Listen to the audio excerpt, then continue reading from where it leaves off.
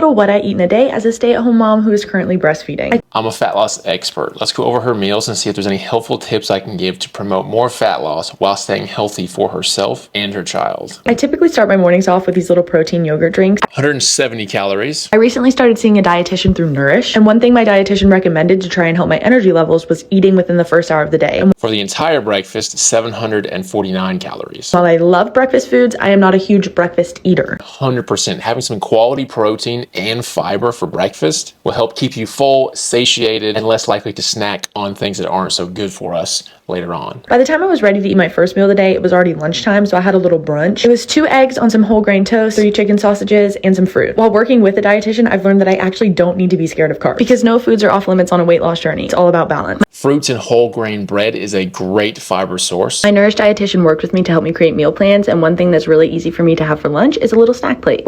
1,322 calories for lunch. Working with a dietitian has made me so much more confident when it comes to making choices about the foods that I eat. In the past, I always thought that if I wanted to lose weight, I needed to cut out certain foods. But isn't it so funny how all of the educated nutrition experts say fiber is important, carbs are not bad for you, but then all these random people on the internet try to tell you that you should cut out all the carbs, you should only eat carnivore or keto, because that's what our ancestors did. I've learned that the most important thing I can do is eat a well-balanced meal. For dinner, we went over to my grandparents' house and she made eggplant parmesan over pasta with 566 calories. I wouldn't say that that meal specifically is very well balanced, but the other meals have been. When I got home, I was still a little hungry, so I had some mushroom chips, a meat stick, and I finished it all off with a little sweet treat. 269 calories. So that brings the totals to 2,906 calories, 163 grams of protein, 195 grams of carbs, and 155 grams of fat. Now, assuming that this is the right calorie amount for her, which it should be pretty close, I'd recommend decreasing the fat amount and increasing the carb amount. No, having this much fat is not bad for you, but you don't need to have more than 30% of your daily calories coming from fats. And you'll have much better energy, especially when you start chasing that kid around,